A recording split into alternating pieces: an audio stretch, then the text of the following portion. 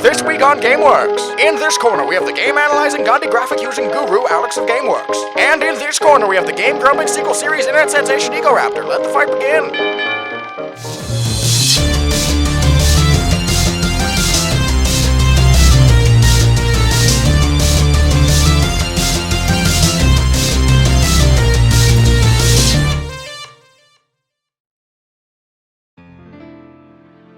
So, this is a pretty major departure from what we normally do here at GameWorks, but in this episode, I'm going to be responding to the criticisms that Egoraptor leveled against Ocarina of Time in his most recent Sequelitis video because she is a poor defenseless maiden and I must defend her! Well, me and every other angry comment section person, because holy shit. I'm also going to only be paraphrasing his points, so if you're interested in what he has to say more specifically, then I suggest you click this link to go straight to his video. Because it's great, and I love it, even though I disagree with it. It's good though. Click that shit. Also, if there's any portion of his argument that I don't respond to, that means that I agree with it, because he makes a lot of good points, and I agree with a lot of it, so... Anyways, let's start with Egoraptor's overarching video claim, which is that the soul of Zelda is in the exploration. Now, I have to agree with his main point that another Zelda game based on exploration would be cool, and hey, who knows, maybe we'll be getting one in the next couple years. At this point in time, The Legend of Zelda has become an 8-dungeon combat puzzler thing.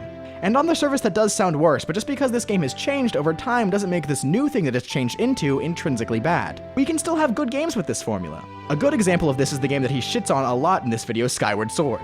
Oh shit, shots fired! Pew, pew, pew, pew, pew, pew. Get down, Captain, we're under heavy fire! No, I'll stay to the last man! No, Captain, no! Pew, pew, pew, pew, pew. Ah! But more on that later. Over there, at the end of the video. Just wait for it, it's coming. Egoraptor then goes on to make points about how the combat is made much less satisfying in Ocarina of Time because of the new precision required of the new dimension.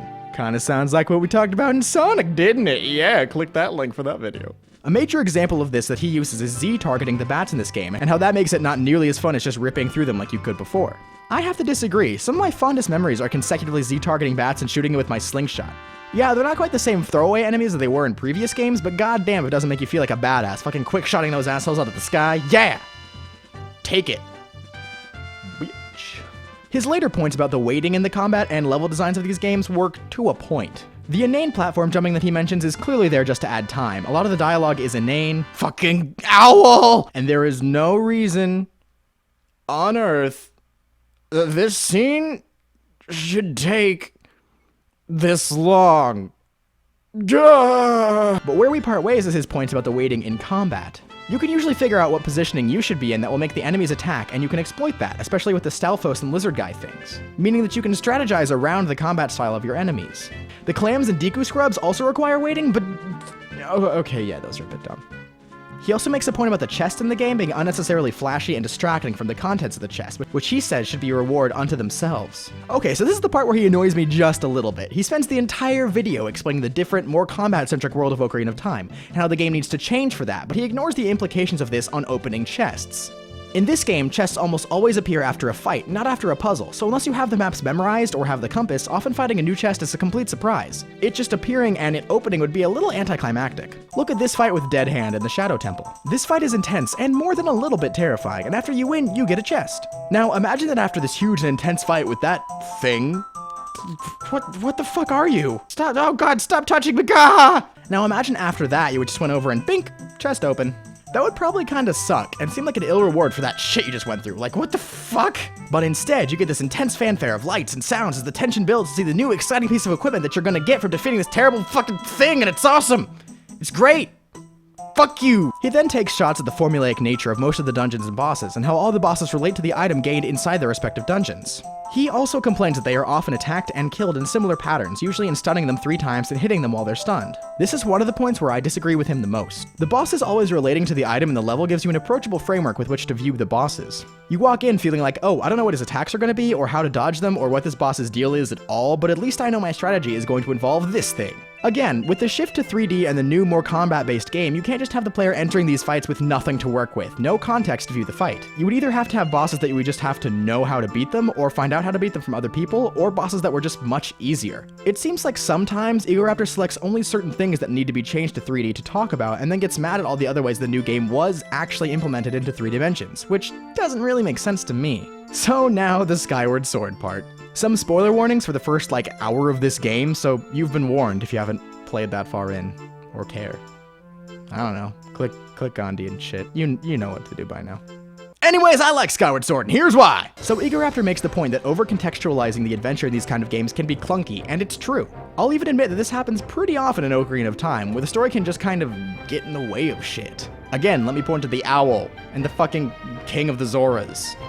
God, fuck these guys! The solution to this is in making the story an integral part of the game, using it to immerse you in a world that seems larger and more grand than yourself, and investing you in the characters and not just in your own innate desire to explore, and Skyward Sword does this wonderfully. It actually lets you, the player, develop a relationship with Zelda. In the beginning, as you try to find your missing bird, it's very clear that Link and Zelda have a very legitimately formed friendship. After that, a subtle bird riding tutorial, maybe not that subtle, is cached in the context of competing for the next knighthood, though in actuality you're essentially competing for Zelda. When you win, of course, because you're the hero, you have a fun moment with Zelda on top of this statue, and you see some flirty hints of an actual legitimate romance forming. This right here, in the first not even half hour of this game, is more characterization than characters almost ever have in these games. And it makes it even more tragic when Zelda is pulled down to the surface world by a tornado.